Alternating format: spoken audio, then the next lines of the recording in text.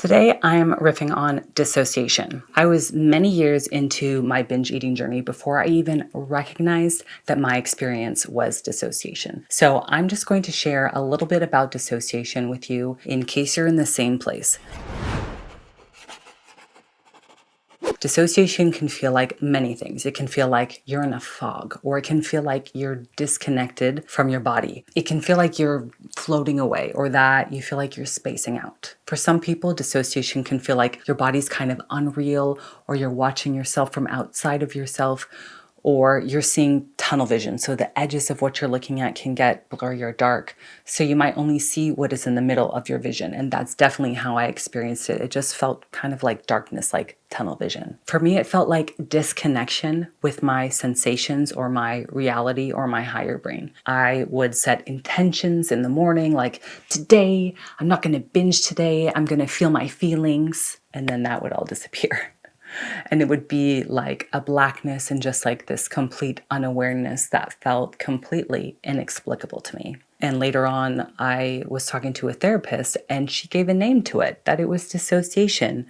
And then I realized that was completely what it was. And later on, I enrolled into a PhD program and have since graduated, but I studied this stuff. And I'll just share some of the research that I've summarized. And there is a well-established link between dissociation and binge eating. Some researchers even agree that dissociation is at the heart of eating disorders, but the exact relationship between dissociation and binge eating disorder is unclear, though some would say that the binging can induce a dissociative state, while other researchers would say that kind of the opposite is what's happening, that the dissociation enables binge eating to occur. And then there are other researchers that speculate on a third variable that facilitate both binge eating and the dissociation. McShane and Zirkle have an article regarding bulimia, and they frame the dissociation as an episodic characteristic. So rather than being a constant state of an individual, that for example in binge eating, it can be that dissociation peaks before a binge episode and then the dissociation can fade after the binge occurs. Now, the exact relationship between the dissociation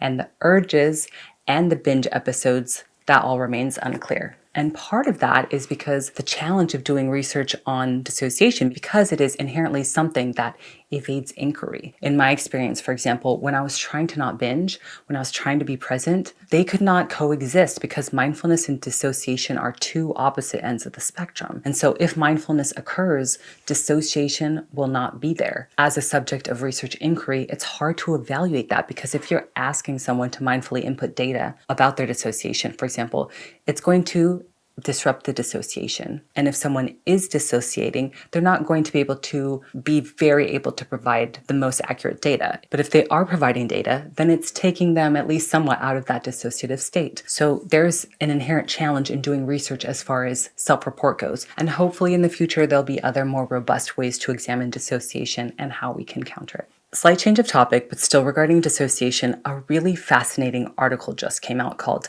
Pickle Juice and Other Pungent Foods as a Grounding Strategy for Managing Episodes of Dissociative Shutdown by O'Sullivan et al. That just came out in Human Systems. That looks at dissociation through a body-based lens and shows that dissociative shutdown is in part a state of reduced sensory input to the brain. So when the brain goes offline like this, the way back isn't necessarily cognitive, it can be sensory. Generally, to come back to ground is to be fully connected and aware of the present time and situation in both body and mind. Now, pungent foods are being recognized as grounding strategies. The researchers describe how strong, clear sensory input, especially pungent, intense, and bitter tastes, can rapidly bring the nervous system back online. We're talking pickle juice, vinegar flavors, bitter flavors, yellow mustard, hot pepper, hot flavors like wasabi and horseradish, cinnamon and ginger, how they may interrupt dissociation and restore connection to the body in real time. And they also have a low risk profile compared to other pharmacological and medical interventions.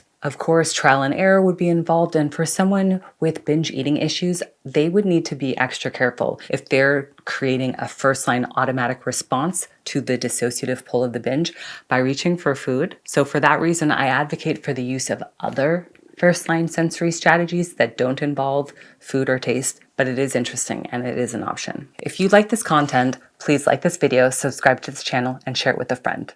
Until next time.